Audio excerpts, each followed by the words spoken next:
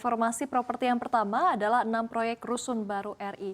Tahun ini terdapat 6 proyek pembangunan rumah susun dengan nilai investasi sebesar 34,3 triliun rupiah. Hal ini dibeberkan langsung oleh Kementerian Pekerjaan Umum dan Perumahan Rakyat. Dirjen Pembiayaan Infrastruktur Kementerian PUPR Heri Trisaputra Zuna mengungkapkan hanya satu proyek yang masih masuk ke dalam tahap penyiapan yakni rusun di Kota Surabaya Tambakwedi. Sementara 5 lainnya telah masuk tahap transaksi dengan total nilai investasi sebesar 33,63 triliun rupiah.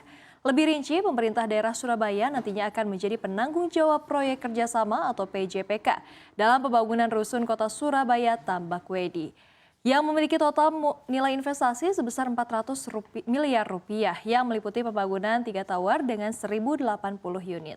Sementara untuk 5 proyek yang telah masuk ke tahap transaksi, yakni 5 tower dengan total 1.879 unit rusun Cisantaren Bina Harapan Kota Bandung dengan nilai investasi miliar rupiah. Kemudian rusun sewa Karawang Spur yang akan memiliki 2 tower utama dan total unit sebanyak 1.175 dengan total nilai investasi sebesar 400 miliar rupiah. Pemerintah juga akan membangun 1 tower rusun terintegrasi KEKSC Mangkei yang terdiri dari 212 unit dengan nilai investasi 160 miliar rupiah.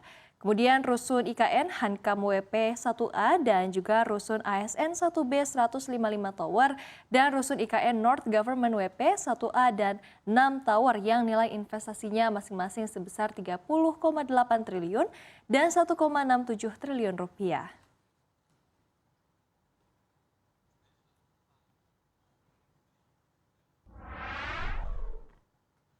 Dan informasi yang kedua adalah co-residence menjamur. Tren hunian co-residence atau yang juga dikenal dengan sebutan co-housing semakin menjamur di DKI Jakarta. Melihat tren yang semakin berkembang ini, inisiatif yang digalakkan masyarakat perkotaan kedepannya berpotensi membuka peluang bisnis. Ketua Kelompok Ilmu Perumahan dan Permukiman Perkotaan Universitas Indonesia, Joko Adianto mengungkapkan, co-residence menjadi solusi dari keterbatasan hunian dan mahalnya harga lahan di Jakarta saat ini. Wujud co-residence sendiri berupa hunian vertikal dengan konsep multifamily housing yang berasal dari inisiatif dan hasil swadaya masyarakat serta memiliki ketinggian bangunan hanya sekitar 4 lantai. Artinya, co-residence memang berbeda dengan tipe hunian vertikal lainnya sebab inisiator pengembangan bisnisnya pun bukan dari pengembang ataupun pemerintah yang berupa tower rumah susun atau apartemen dengan ketinggian lebih dari 15 lantai. Ide pengembangan co-residence ini dilihat dari data terakhir lahan perumahan di Jakarta yakni sebesar 320,6 km persegi dari total lahan sebesar 662,33 km persegi. Adapun 91% diantaranya digunakan untuk landed house atau rumah tapak. Namun Jakarta masih memiliki backlog hunian kurang lebih sebanyak 250.000 unit yang disebabkan oleh ketidaksesuaian antara jumlah pasokan yang tersedia dengan daya beli masyarakat.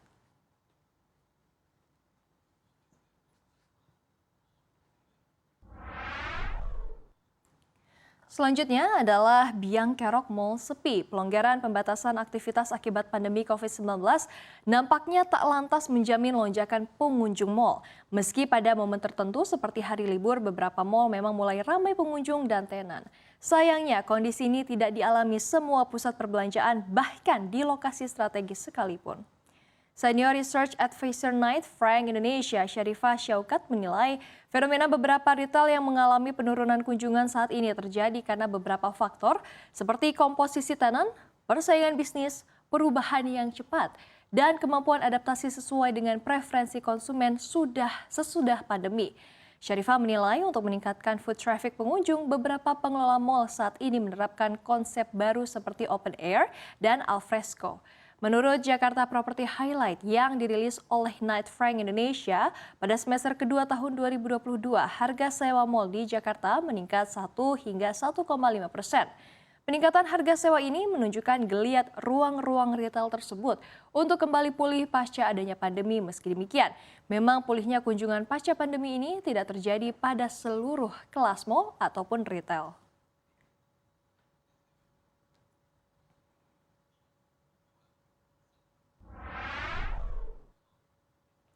Ya, dan yang terakhir adalah properti RI dilirik asing. Bisnis properti ini tetap menjadi bisnis yang sangat digemari oleh investor asing karena dinilai menjadi bisnis yang kuat dan menjadi bisnis yang bisa recovery pasca COVID-19.